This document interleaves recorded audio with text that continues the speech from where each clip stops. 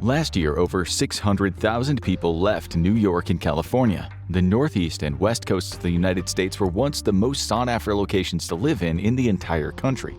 Now people are jumping ship and heading to some surprising places. Where are people going? Why are they leaving? And could this signal a fundamental shift in the way the United States looks? Over the years, large cities in the U.S. have both grown and shrunk in size depending on the current state of affairs in the country. However, the mass exodus in some parts of the nation is now a cause for concern in several metropolitan areas. Where there were once lucrative opportunities and an abundance of jobs, there is now a scramble for talent and a mad dash to keep people living in certain cities. In fact, in recent years, out of the 88 U.S. cities with populations over 250,000, 77 showed signs of either a slowdown in growth or actual declines in their populations. This means that 87.5% of U.S. cities could be in serious trouble in the coming years. Early in the 2000s, city populations had gone into decline due to the ease at which homebuyers could obtain credit, creating a boom in the suburban housing market. However, this exodus out of cities was caused by an illusion. Banks were giving out loans with incredibly high interest rates to people who were at high risk of not being able to make their payments in full. This all came to a head in 2008 when the housing market collapsed, causing banks to lose more than $1 trillion from bad loans and toxic assets. Between January 2007 and September 2009, people were kicked out of their homes as banks foreclosed on their properties. They were forced into apartments or alternate living situations until they could once again make ends meet. As the United States recovered from the Great Recession, cities continued to grow. The suburbs were no longer seen as an option for many as regulators came down hard on banks for giving out bad loans. And homeownership was and continues to be an expensive proposition. Many millennials decided to remain in cities as they pushed their plans to start a family later in life and instead focused on their careers. By 2012, things started to change once again. Cities saw an overall decline in growth rate, culminating in 2021 and 2022 when U.S. cities saw a population decline of 0.95%. This was the first time in recent history that the overall city population of the United States had declined. So, what is going on? To understand why people are leaving cities, we must first look at the data for several key locations. This will give us a better grasp of why this mass migration is happening. Keep in mind, you might be currently living in an area that could be in serious trouble in the future. Before we zoom in on precise cities that are losing their residents, we want to thank BetterHelp for sponsoring this video. BetterHelp is the world's largest therapy service, and it's 100% online. With BetterHelp, you can tap into a network of over 30,000 licensed and experienced therapists who can help you with a wide range of issues. To get started, you just answer a few questions about your needs and preferences in therapy. That way, BetterHelp can match you with the right therapist from their network.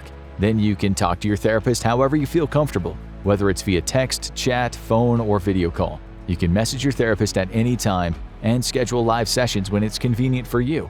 If your therapist isn't the right fit for any reason, you can switch to a new therapist at no additional charge. With BetterHelp, you get the same professionalism and quality you expect from in-office therapy, with a therapist who is custom-picked for you, more scheduling flexibility, and at a more affordable price.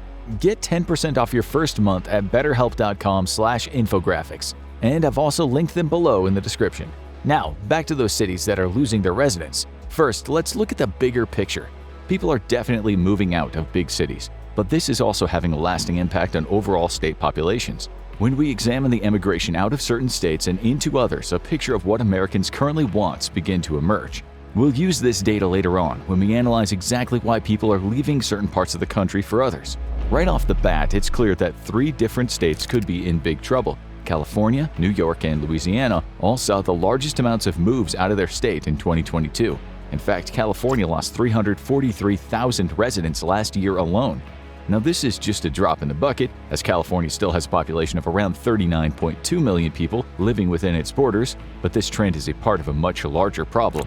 New York lost 300,000 of its 19.8 million people, and Louisiana lost 46,600 of its 4.6 million. This all happened in 2022, but the trend of residents moving out of these parts of the country has been occurring for a few years now. One very obvious reason is that people began moving out of cities and more densely populated areas in 2020 and the following years.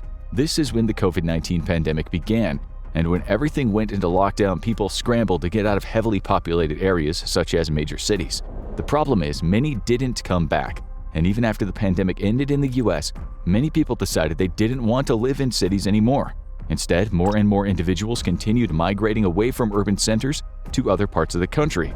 We'll come back to why this is happening, but let's continue with our state-level analysis. Besides California, New York, and Louisiana, some other unsettling trends exist in parts of the country. All of the 3 states in the tri-state area, including New York, Connecticut, and New Jersey, had an overall loss of residents in 2022.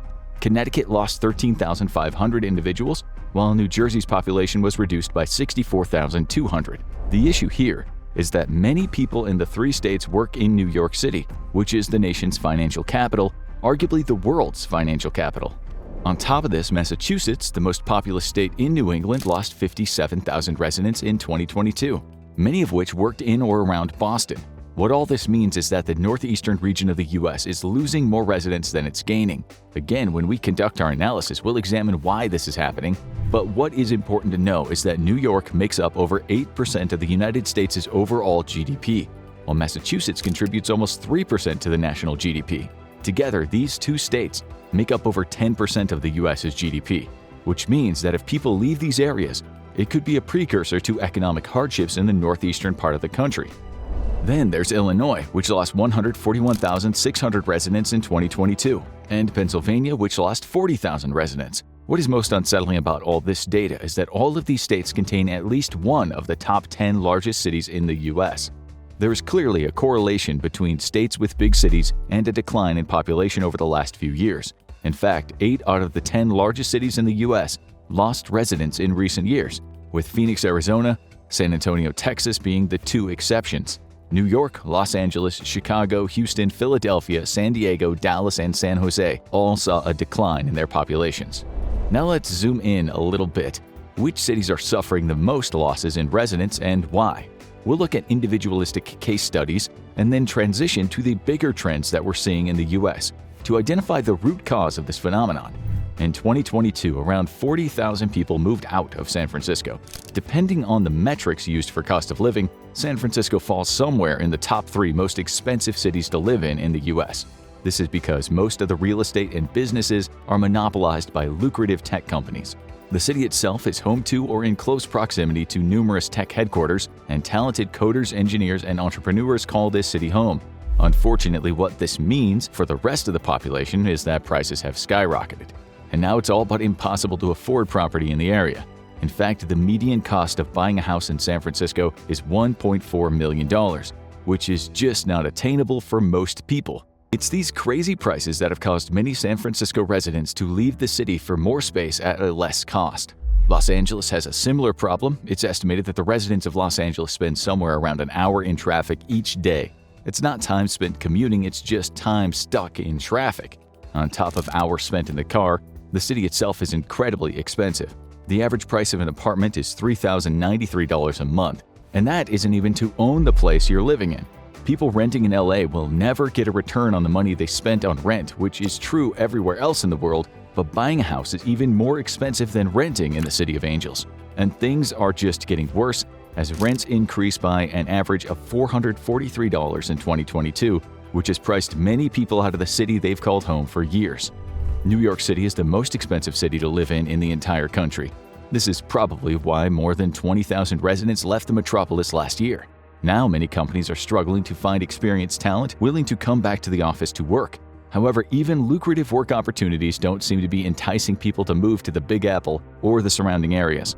The cost of living is unsustainable, resulting in over 100,000 apartments being left empty, even though the Department of Homeless Services had 67,880 children and adults living in their facilities in 2022.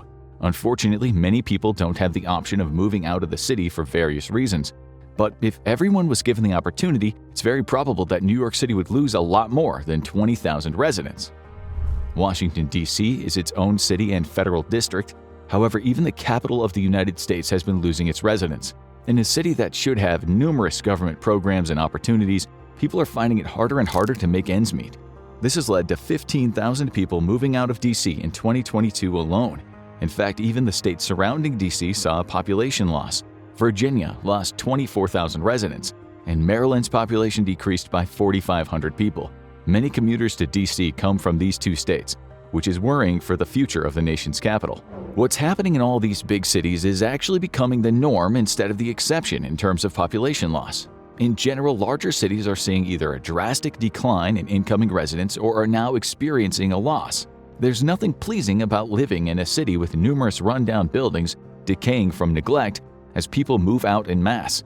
Unfortunately, this could be the future for many major metropolitan areas in the U.S. That being said, this could just be a short-term trend and city growth might continue in the future. However, for reasons we're about to discuss, this does not seem to be the most likely scenario.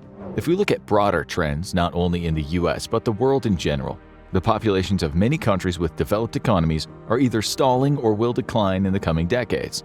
Estimates put Europe's population declining by 6% near the end of the century, and current growth rate models for the US's population indicate it could be stagnating sooner than we originally thought. The United States population is still growing, but not at a sustainable rate. In 1961, the population growth rate of the U.S. was around 1.7%. By 1974, the growth rate fell to around 1%. However, this was still sustainable. And there was another hike in growth rate on the horizon. In 1992, the population growth rate was back up to 1.4%. Since then, the growth rate has declined steadily until 2019, when it sat around 0.5%. Then, like with so many other things, the pandemic caused chaos in the U.S. population growth. In 2021, the population growth rate crashed to 0.1%. This number will likely rebound to more sustainable levels, but it will almost certainly never reach the same numbers as the 60s or 90s. What is even more alarming for the US is that it doesn't seem like the population growth numbers will ever reach sustainable levels again. There are a few reasons for this. Millennials and the following generations are not interested in starting families until much later in life. They're also having fewer children on average than any previous generation. To put this into perspective, the fertility rate needed for a population to grow is around 2.1 births per woman. The US has not had a fertility rate above this number since 1971, with the exception of 2006 and 2007. However, 2 years of a high fertility rate doesn't make it the norm. Since 2007, the fertility rate has declined to around 1.6 births per woman, and every indication points to the fact that it will decline even further in the future. Now, birth rates are not the only indication of population growth, as immigration and several other factors do play a role. But as a rule of thumb, if birth rates are below 2.1 children per mother, it's only a matter of time before the population stagnates. This is what will likely happen in the US during the next several decades. The US government estimates that population growth is projected to slow significantly between 2023 and 2053. The average growth rate will be around 0.3% per year during this time, and could eventually lead to the overall population decreasing soon after.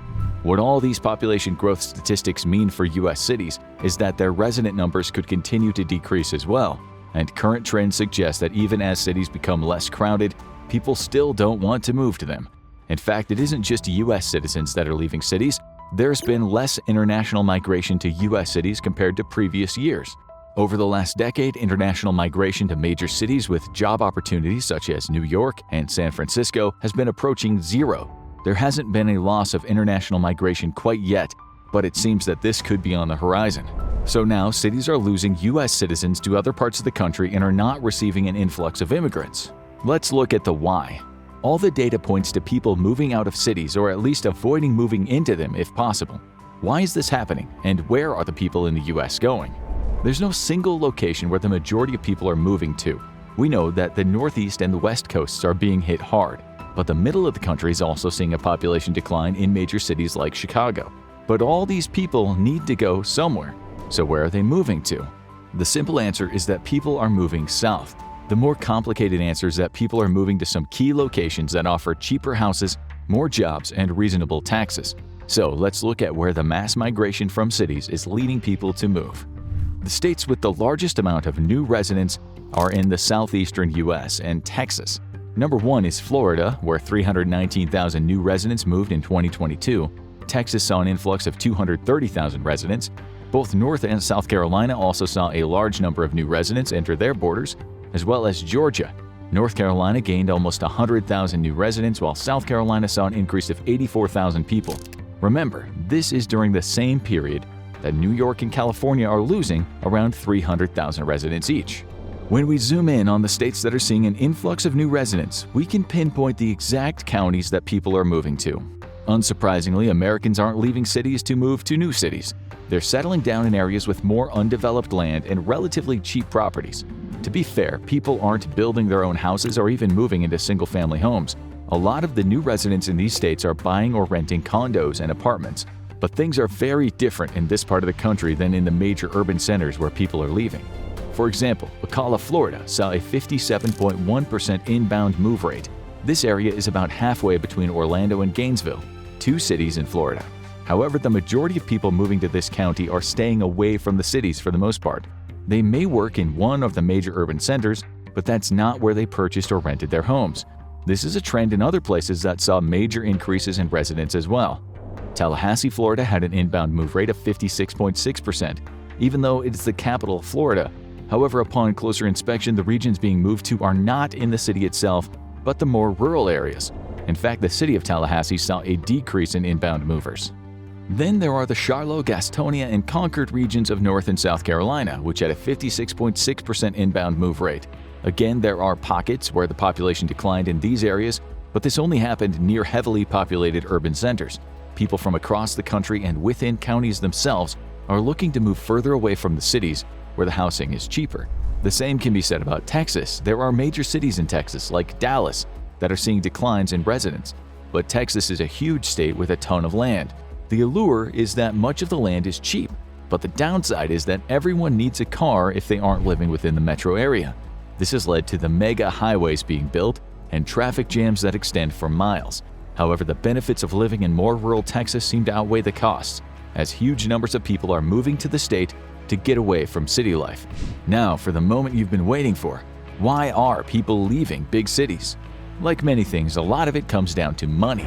Unless you make a ton of money, living in a city can be hard. Housing is expensive, food is expensive, taxes are expensive. There are just a lot of different everyday things that suck the money right out of your bank account. Let's look at several major cities and see what a $100,000 salary feels like in each. You might be thinking, doesn't a $100,000 salary get you $100,000 a year? Not necessarily. Making six figures in New York City is like making minimum wage in many other parts of the US.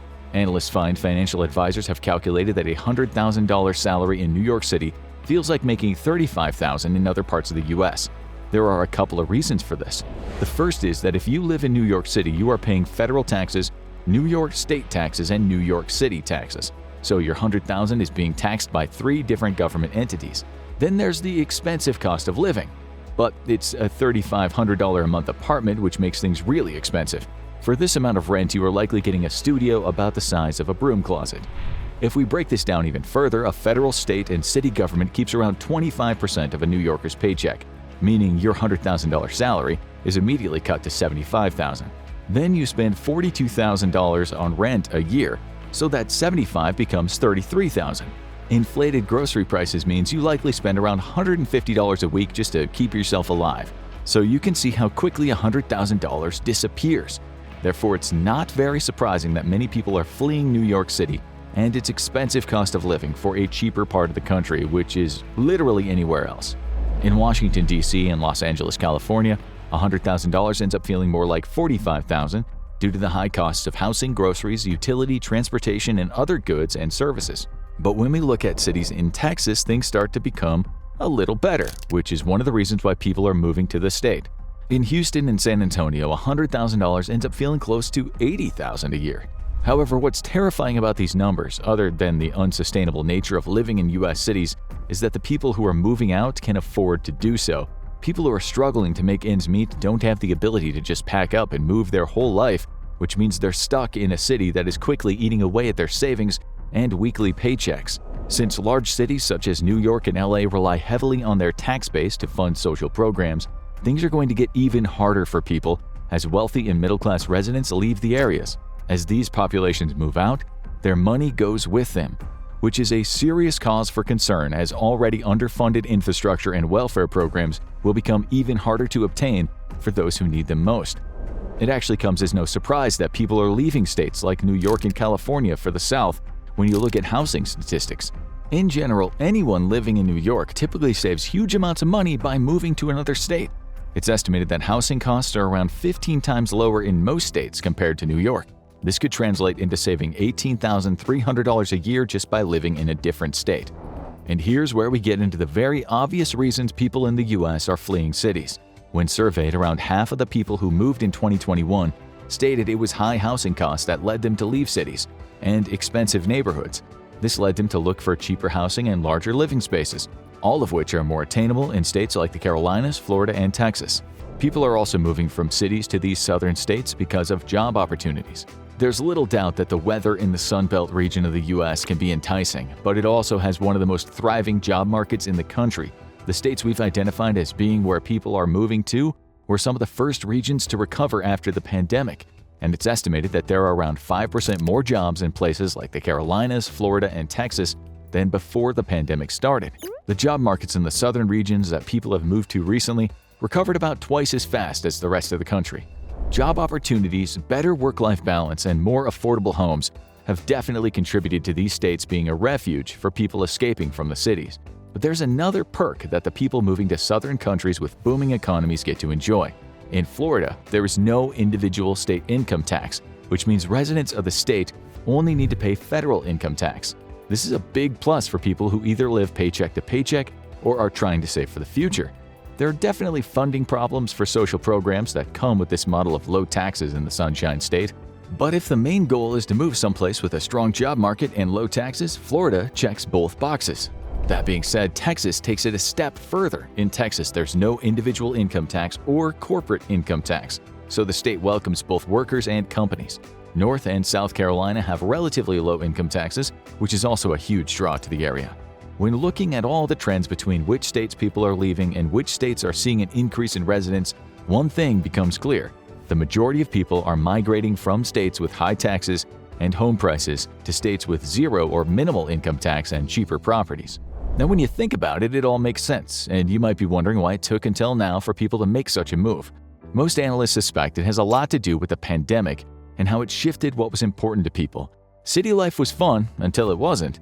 And once people started realizing that there were opportunities outside of uber-expensive urban centers in the US, they took advantage of it. Remote work likely also played a role in people reassessing what they wanted in the place where they lived. Being able to afford a house or a condo that was large enough to give families space at an affordable rate started to become more desirable than a cramped apartment in a hip neighborhood in a bustling city. Although it's also interesting to note that the cities are not the only areas seeing an increase in people moving out. Suburbs that surround the major urban hubs are also starting to suffer. In the past, when movement into cities decreased, it seemed to be an increase in the suburbs surrounding the cities. However, nowadays, people aren't leaving New York City and moving to commuter towns, they're leaving the region entirely. The same can be said about LA, Chicago, San Francisco, and many other major cities that are losing both their urban and suburban residents. Recent data suggests that although the suburbs aren't losing new residents at the same rate cities are, it's been a steady decrease in people moving to the suburbs outside of metropolitan areas as well. A lot of this likely has to do with the cost of living in many urban suburbs becoming almost as unsustainable as the cities themselves. However, all the reasons that people are moving from major cities to smaller communities in places like Florida, Texas, and the Carolinas are the same reason that people in major urban suburbs are moving to these places as well. There are just some more affordable homes and better incentives in these southern states. It's the desire to live someplace where your bank account isn't being squeezed into oblivion by heavy taxes and super high home prices that's drawing people south. And for many Americans, this is much more important than living near a major city or a part of the country they grew up in. Obviously, this is not true for everyone, and there are definitely people moving from the south to big cities in the northeast and west, but not to the same extent that residents of cities and their surrounding suburbs are moving out. To be fair, suburbs are definitely still growing more in comparison to their city centers. However, between 2019 and 2021, 43 out of 56 major metro area suburbs either saw a dip in growth or an increase in the number of residents they were losing. This means that 77% of suburbs around major cities may see serious migrations out of the area in the coming years. The number of major metro suburban areas that experienced population loss has more than tripled over the past decade. So even suburbs that are only experiencing a decline in population growth could soon find themselves scrambling to come up with ways to bring more residents in. Because, let's be honest, a deserted suburb with boarded-up windows and run-down properties will likely not be the first place people will want to move to. It's worth noting again that the mass exodus out of cities and into less populated regions of the South might just be an anomaly. However, what appears to be a constant over the past 2 decades is that the number of people moving into major cities is on the decline. So much has changed with advances in technology, allowing some employees to work from anywhere in the world. Then there's the fact that corporations themselves have even begun moving out of cities to more corporate-friendly areas that have lower tax rates or, at the very least, have offered tax breaks for businesses.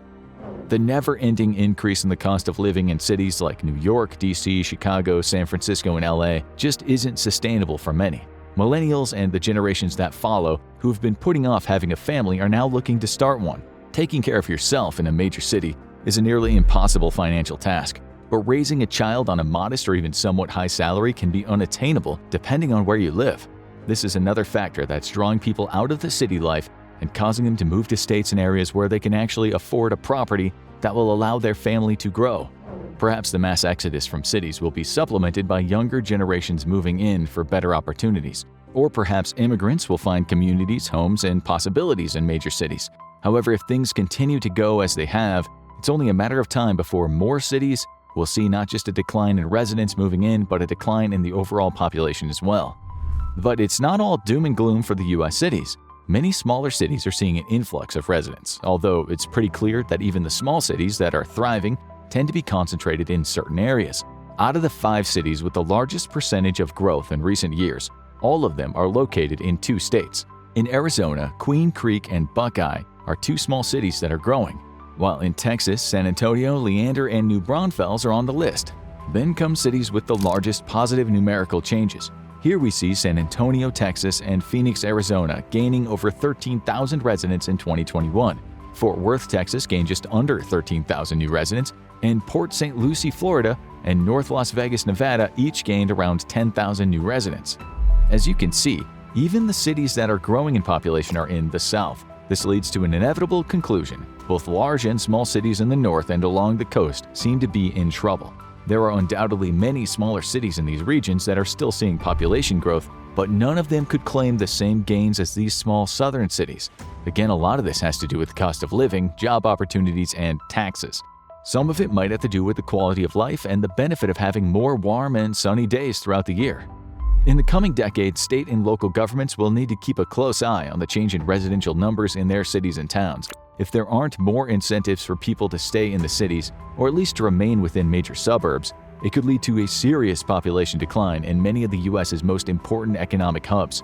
The future likely won't hold a Hollywood Boulevard devoid of people or a Times Square with nothing but flashing lights and windswept garbage passing through it. But if the current trends continue, major cities could run into a number of funding problems and a lack of skilled labor. Then again, perhaps the mass movements of Americans to the South will drive the cost of living up in this region, and we'll see a return to major cities in the Northwest and the West in the future. What it comes down to is that people will live wherever they can be happy while making enough money to live comfortably. Now watch, could 2 people actually repopulate the Earth? Or check out, these states were designed to be sacrificed in case of World War III.